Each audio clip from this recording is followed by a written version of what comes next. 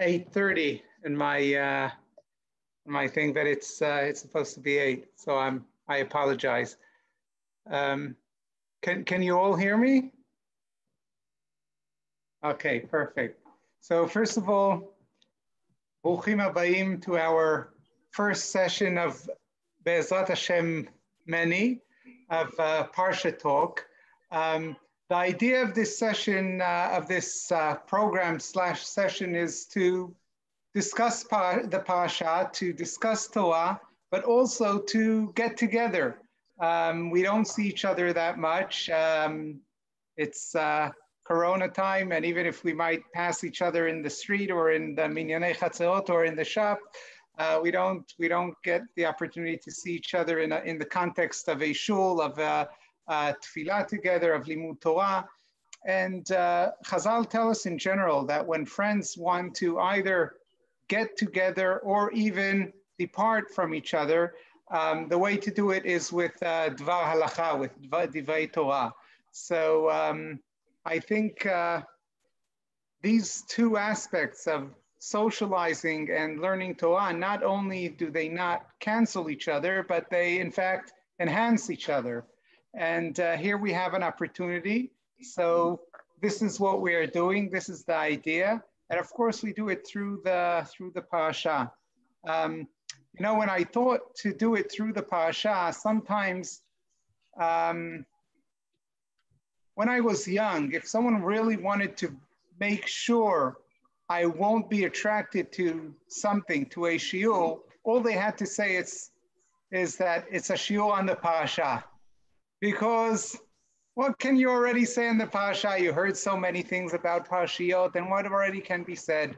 But the truth of the matter is, there was one thinker of our generation that managed to bring every Parshiya every year to life. That was Rabbi Jonathan Sachs. And unfortunately, last Shabbat, we lost that great thinker.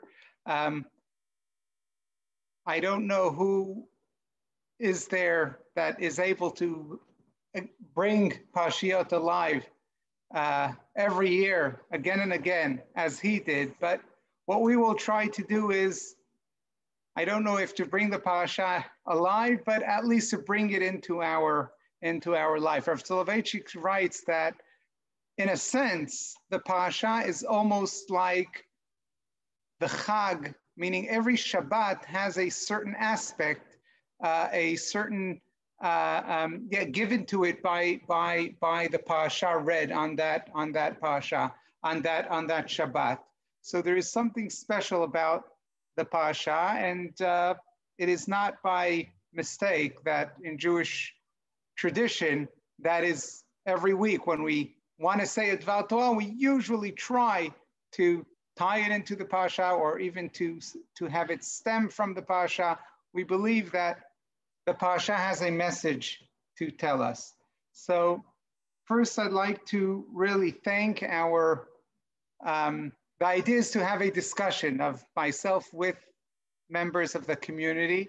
And I want to thank the two members of the community that pioneers, that really had the courage to be the first ones to participate in the first program. I really thank you very, very much, Hadassah Fortinsky and David Kahane. Not really knowing what exactly the format is going to be like. I mean, I myself have an idea in the head, but I don't know how it will actually play out. Well, that remains to be seen. So really, thank you very much for your courage and commitment to the community, to the shul, and to do it. And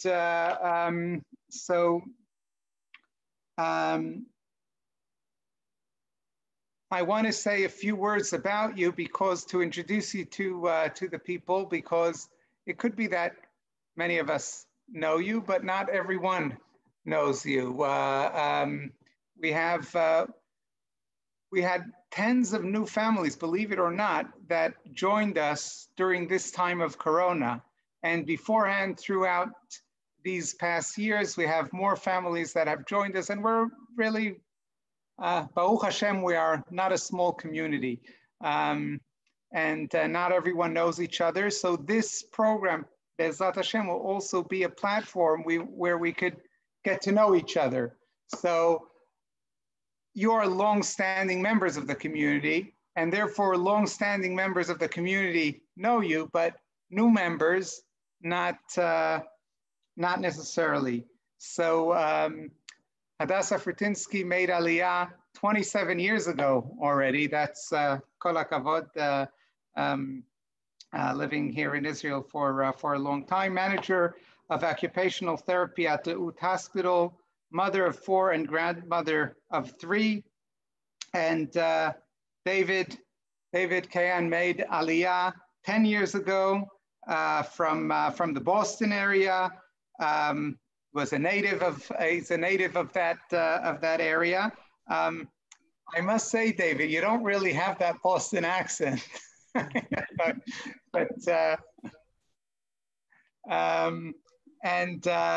a lawyer by profession, but a startup guy by both inclination and experience.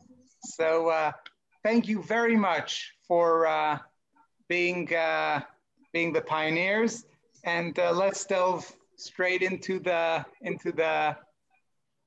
what we have come to discuss. So we have it's quite an interesting Parsha, and the question I want to throw to you, and Hadassah, if you could say what you think, and then perhaps David, you can come in as well.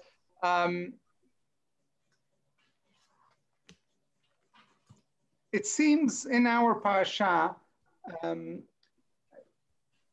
do you mind going to get the, oh no, it's actually right here. Sorry. It seems in our Parsha that Abraham is very worried that Yitzchak is going to leave the land of Israel.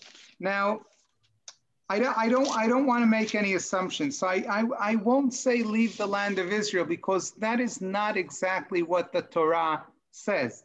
What Abraham says, he asks Eliezer to find, well, we don't know it's Eliezer, it's the servant. He asks his servant to go and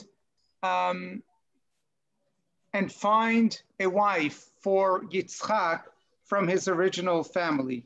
And Eliezer asks him, well, what if she doesn't want to come here? Should I take Yitzchak there? And Abraham says, Hishama lecha pen tashivet b'ni shama. No, be careful, lest you bring my son there. Don't bring you there. Yes, but rather Hashem will help you and to find a wife that will come here. And my question is, why, given the fact that Abraham himself, after coming to Eretz Israel, there was a problem, there was a Rav, there was a hunger, and he went down to Egypt. Now, he didn't have to. I'm sure not everyone in the land of Israel went down to Egypt. I'm sure people still survived in the land of Israel. It was difficult, but they still survived. They didn't all go down to Egypt. Abraham went down to Egypt. Later on, the same with Yaakov. He goes back to the family to find a wife. What Abraham asked Yitzchak not to do, Yaakov himself does. And later on, he also leaves to Egypt when there's a hunger. If both Abraham and Yaakov do that, why is Abraham so worried about Yitzchak doing the same? So that is the question, Hadassah. I'd like to have your thoughts. So I'm going to be honest and clear. And Rav Chanan had prepared us with the questions before. So luckily we don't have to be surprised. You're everything now. But I will maybe looking at my notes a little bit just to prepare, because I I was unsure about coming into this without information. But I think that the role of Yitzchak is unique as the middle of the three Avot. And we know from the previous Parshiot that Abraham was very, very dedicated to the land of Eretz Israel. He felt very much the responsibility of the brachot that Hashem gave him, of being, the person to settle in the land of Israel and be part of the Jewish people into the land of Eretz Israel. And there was, he was the leader though. Abraham started the process. He was the man with vision. He was the man who discovered monotheism, and he was the man who discovered the importance of Eretz Israel, and he held Eretz Israel close to him.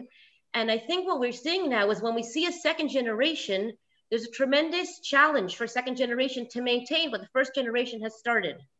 And Abraham finds it very, very important and is trying to transmit this to Yitzchak, how important it is to continue his values for the second generation. We've seen this in, let's say, Holocaust survivors, and I know Rabbi Sachs was very dedicated to understanding Holocaust survivors and how they continued in their lives. And we see how the Holocaust survivors worked very, very hard to start a new life, to continue to pass on to the second generation. And the second generation felt very obligated and wanted to continue that legacy. It meant a lot to them. Even, if you work very hard at something, you want to maintain, but maintaining it is very, very difficult. Maintaining somebody else's legacy, somebody else's vision is very difficult. And Yitzchak was literally blind. He didn't have the vision that Abraham had. And therefore, when Abraham gives him, he protects him. And yet Yitzchak is in protecting, saying, I won't leave. Or Abraham says, don't leave, so that you can maintain my values. So we give you a little less maybe vision to see, but in order to maintain these values. So maybe that's one of the reasons he says, keep yourself very closed in. We can talk about the personality of Yitzchak maybe later, but to maintain what we've started already, it needs to be contained in this holy land that we know is very, very special. I'll just say also that you can bring up the idea of also Yitzchak being a Olat Tamim, that in the Akedah, so that maybe had an extra holiness, but I'm not going to go there yet. We'll hear what David says, and maybe we'll come back a little bit to the unique characteristics of Yitzchak, if he wants. Thank you very much, Hadassah. So David, please. So thank you, Hadassah. I mean, I see it much more in much more human terms, right? I mean, there is no dialogue between Abraham and Yitzchak. Abraham doesn't tell Yitzchak. Abraham tells Eliezer. And I can't help but see this in the reflection of the Akedah, which precedes it, right? So they leave the Akedah, and we don't see dialogue between Abraham and Yitzchak. They don't seem to go to the same place. They seem to be estranged. And I guess I have two thoughts, maybe a little less spiritual about Abraham's actions here. The first is he's trying maybe to help Yitzchak heal, right? I see, these past few years, I see Yitzchak as very damaged, as sort of post-traumatic. He's quiet, he doesn't take initiative. As you say, he's blind. And so first of all, right, Vayinachem Yitzchak acharei Sara imo, right, that Yitzchak needs some life force back to him. Abraham sees this about Yitzchak, sees that Yitzchak's not in a good position to take initiative, and so says, like, what can I do? What can I do to help my son to get back to life, to get back to be, to some force of vitality? Let me help him find someone. So that's part of what I see it. But the other thing is I also see it in light of Yaakov, right? Yaakov goes back there. It's exactly the same place. And he needs all of his wits. And Yaakov is really a very clever guy to survive. And it may be that Raka as B'ni Lo Tashev Shama, it may be not just a positive thing of Eretz Yisrael. Abraham may not think that Yitzchak has what it takes to deal with Lavan. Which he might not, based on what we know about Yitzchak. So I think some of this can be seen as a father's protectiveness, right? We ended the last Parsha with sort of the ultimate perversion or subversion of a father's natural protectiveness. And maybe this is, sort of trying to come back to sort of spin the wheel again and have the father be protective of his son, both that he shouldn't go where he can't manage, and let me see what I can do to help him heal. Mm-hmm. Mm-hmm. Thank you. If I think about both your answers, then Hadassah, you took your position is that what happened is it happened because it had to happen. That was the right way to do things. Avraham is the pioneer. He established something, and now Yitzchak needs to get it going. And in order to get it going, you need to really get into it, and maybe even now, meaning when you are a pioneer, you need to have a broad vision to be able to see everything and where you are and position yourself correctly. But once you start, then you focus on to where you are. And that was Yitzchak. And later on, if I understand, then Yaakov was able to branch out again. But David, you take it to if I understood correctly, I heard two things. But it's either a relational issue or a personality issue. It could have been that the relation between Avraham and Yitzchak was such of, would I be right in saying distrust, meaning distrust, or maybe even estrangement, right? I mean, Yitzchak goes to Be'er Lachairoi, he goes to Hagar, he goes to Ishmael, right? I mean, he misses his mother. Right? He doesn't seem to have much of a relationship with his father. Mm-hmm. Interesting. So it's the relationship with his father, and therefore so is it that Avraham doesn't trust him, or Avraham is afraid that if he'll go, he won't come back? I think Avraham may be aware of Yitzchak's limitations, right? I mean, we're all, we know our kids, our parents know us, we know our kids, right? We think the world of them, but we understand them well also. And so to the extent that Yitzchak has limitations, it's reasonable to think that Avraham knows what they are. Yes. So in that regard, you say it's not with Yitzchak being the after Avraham, it's just the personality that he happened to have. And it could have been that, meaning if the order would have been reversed, Yaakov would have been the son of Avraham, then that would be fine. And he would have gone. Later on, Yitzchak wouldn't be able to because it was truly a personality thing. Right. I think that's... Yeah, personality based on you're talking about personality based on the Akedah, personality that was developed partially because of the tremendous it's how much of it is personality and how much of it is traumatic, circumstance. Yes. But Yitzchak is passive, right? Yitzchak, he speaks very little. Thank God he got an active wife, right? I mean, he has a wife who takes initiative, but whether it's blindness, it's physical limitations, right? But Yitzchak in the text is a limited individual. Yes. I also find it incongruous that Yitzchak is identified with the Gvura. Sorry, yes. I mean, it's almost like it's like pushed. All right, like you think he's passive. We'll show you he's a Gvura. The strong silent type. Well, certainly the silent type. Perhaps that is where Chazal, when Chazal say Ezehu Gibo HaKovesh et Yisro, that strength is seen with being sort of introverted, with instead of bursting out, a person bursts in. So it is sort of. And it's interesting because you talked about Rabbi Sachs. One of the things that people said about him in Nispedim, that was the public role did not come naturally to him. Right? He described himself as an introvert, and yet he forced himself out there so that he could spread his scholarship and spread the word. Right. That's true. But I do think that Avraham had a very active role in terms of asking Yitzchak or trying to encourage Yitzchak not to leave. I think there was a message here also that Avraham was trying to portray to Yitzchak, and that when Abraham did have to leave Israel because it was famine. It was not out of choice. And he saw Chutz La'aretz. He saw where he came from. He saw the dangers of Chutz La'aretz. He came from a place that was dangerous, that didn't have the monotheism. And there is a need, as you said, to protect his child.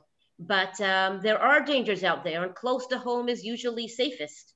Right. I think. But it was more than that. It was a vision that Abraham had received from Hashem in terms of this is the destiny. And when we transmit, we want to transmit the destiny. You know, as a Kehillah of many Olim, we really chose to come here, and we're very much encouraging the future generations to stay as much as we can. And I very much feel that command, you know, that request of Abraham to his son is, please try to make this the land of the Jewish people here.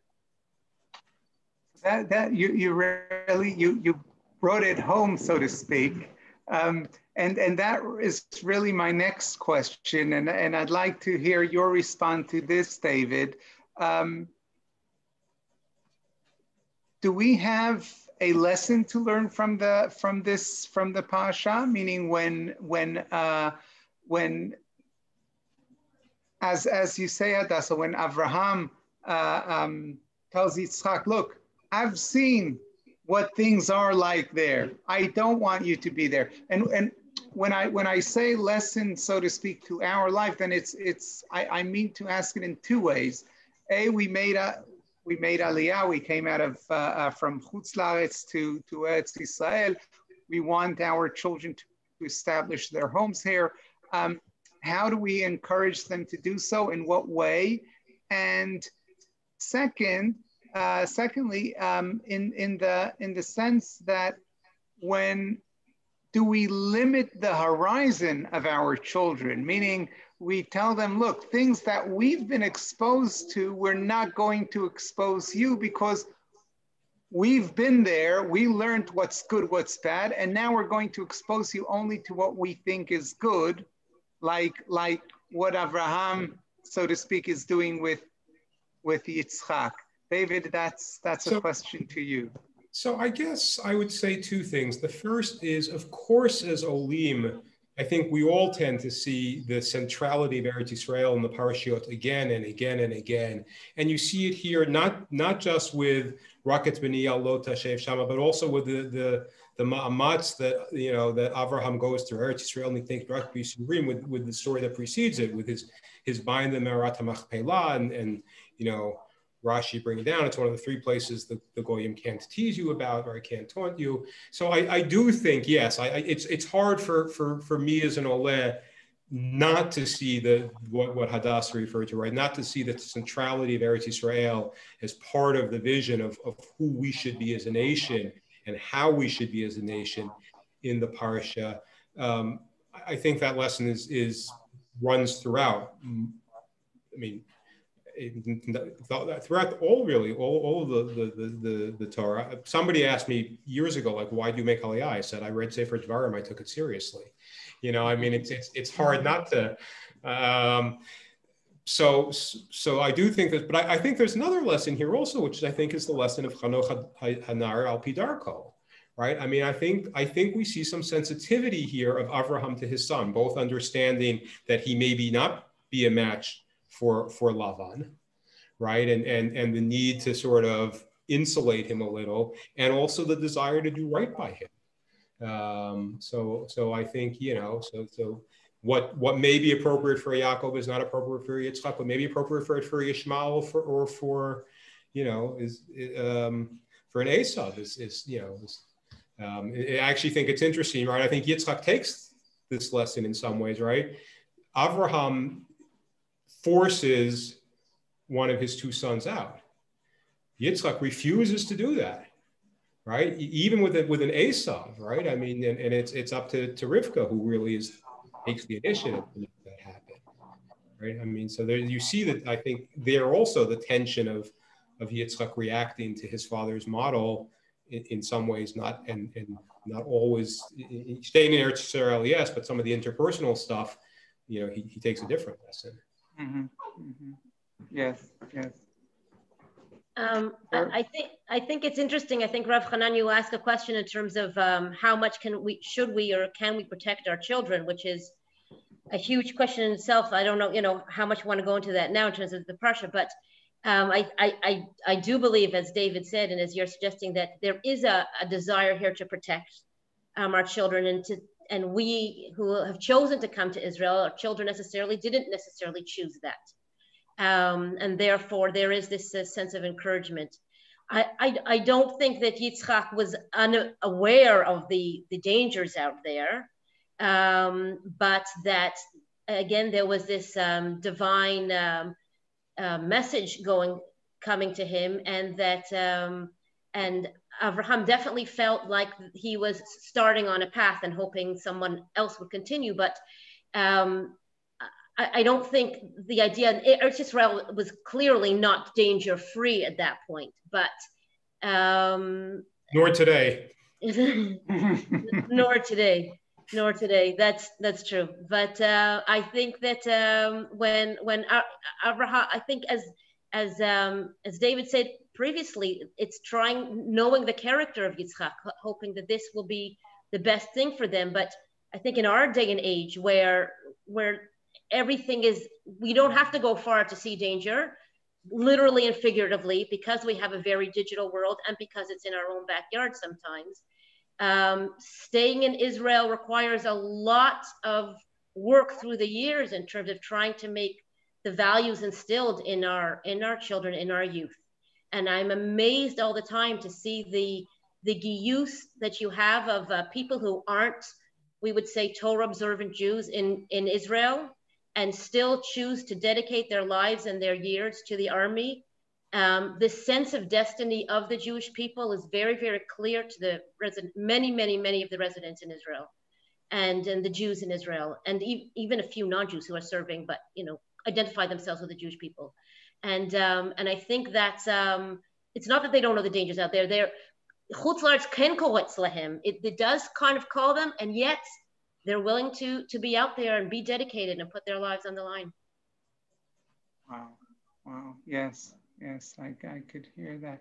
It's interesting because you both, and it's not surprising at all, both of you took it towards Eretz Yisrael, even though a fresh reader of the Parsha could have read Avraham's word as telling Eliezer not to bring his son back to his previous family, meaning it's not Eretz Yisrael, that it's not leaving Eretz Yisrael, which is the problem, it's the family which might be the problem, because Hashem had told him to leave his family, and now he doesn't want to go back to his family. But it's, of course, all the Mefashim, Chazal, everyone take it immediately to Eretz Yisrael, and that is not surprising at all, especially given the fact that this story is immediately after the story of the acquiring of Me'arat HaMachpelah, and you mentioned that, David. And here, my question, which is a following question, I think it's a continuation of this conversation, is regarding Me'arat HaMachpelah.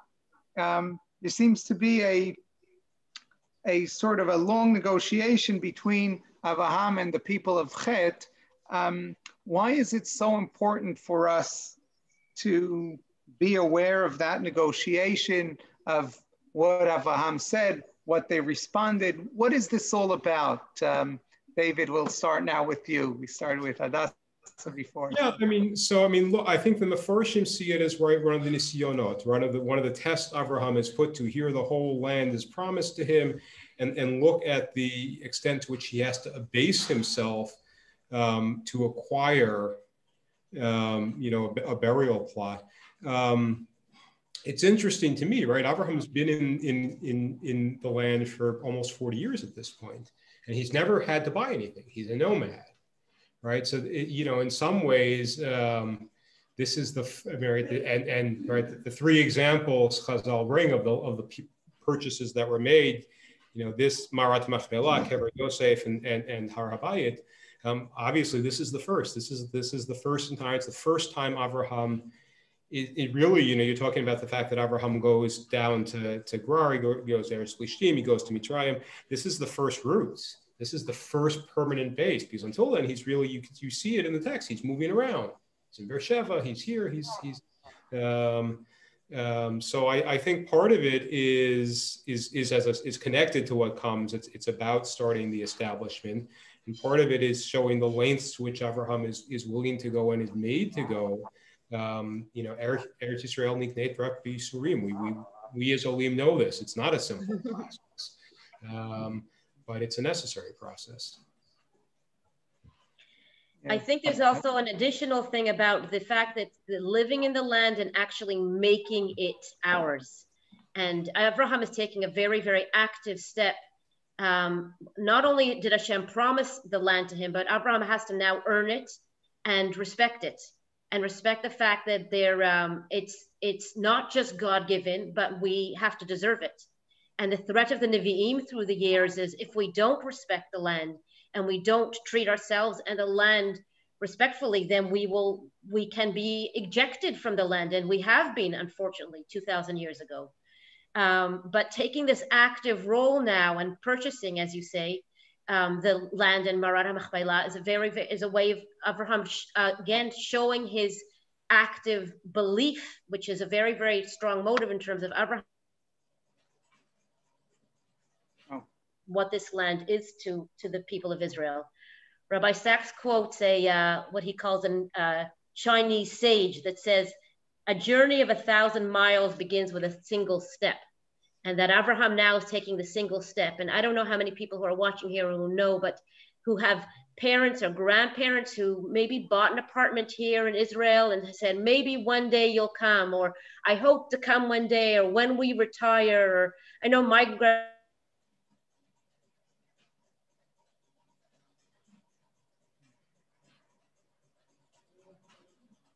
And Hadassah, I think we lost you.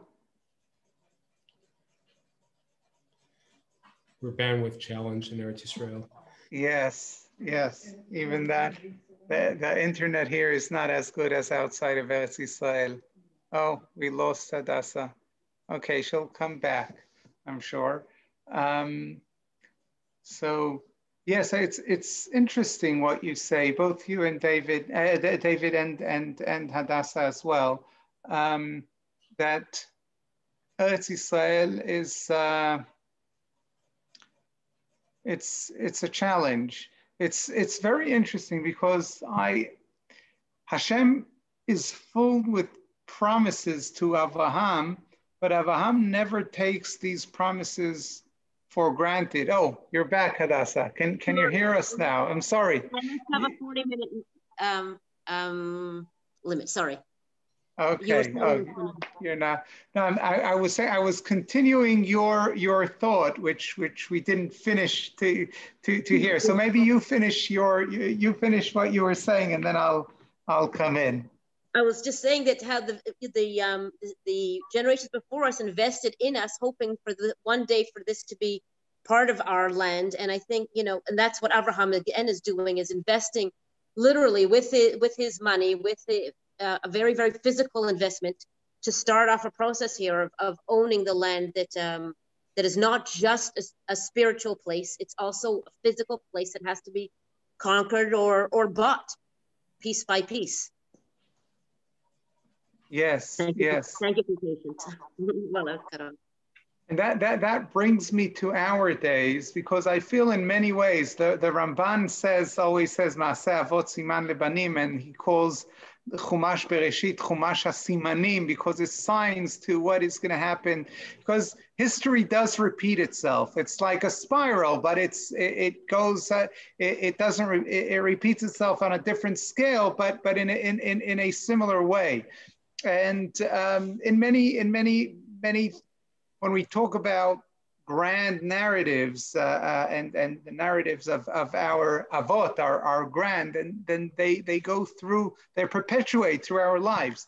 And we all feel ourselves like when we come on Aliyah, like Avraham Avinu of Lech Lecha, and when we try to buy a place in Eretz Yisrael, like Avraham Avinu trying to buy a plot of Marat HaMachpelah, and things go this way and that way. And like B'nai Chet, they're willing to have Avraham live here, but they're not willing necessarily to have him buy a place for him to take ownership.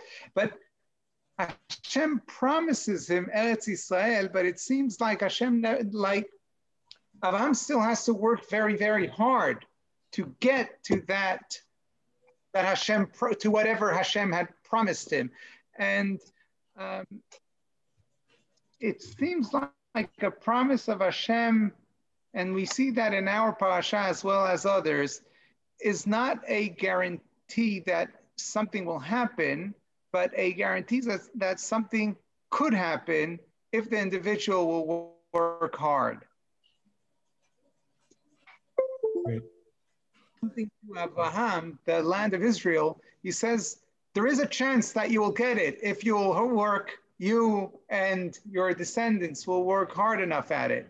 And obviously, when we work hard enough, we get it, but we have to work for it. And I think that's true definitely for Avraham Avinu, but for Jews throughout the generations and for us today. Nothing is guaranteed, and we shouldn't take anything for granted. It all depends on us. The promise from Hashem is that if we live up to it, then it is possible. If we will it, it isn't a dream, as said someone very famous. Yes, and as Hadassah said, right, it's not just work in the sense of, you know, cultivating the land or purchasing the land. It's the moral dimension, right? Avraham is promised the land as a representative of tzedek u'mishpat, right? We merit the land. We have the ability to do the other things that will let us to be here if we represent God's, you know, if we represent God well, if we show God's vision, and if we don't, you know, lo b'chayil v'lo b'koach, it's not going to help us. Yes. Thank you. Thank you very, very much. I've enjoyed our discussion very, very much. I hope you have, and I hope all the listeners have. This is going to be the format more or less every week. And we are looking for people to volunteer to speak every week. So if you are willing to be the next speakers or the next speakers, please let Daniela know. And this is an opportunity to thank Danny. Thank you very, very much for working so hard to have this, to put this program together.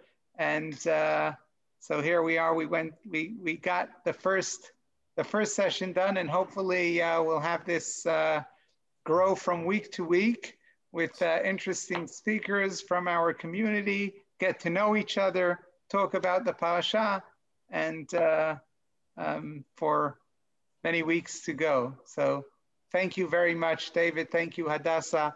Thank you, Danny. And thank you, everyone. Thank you. Thanks for the opportunity. Thank you. Thank you. Fantastic.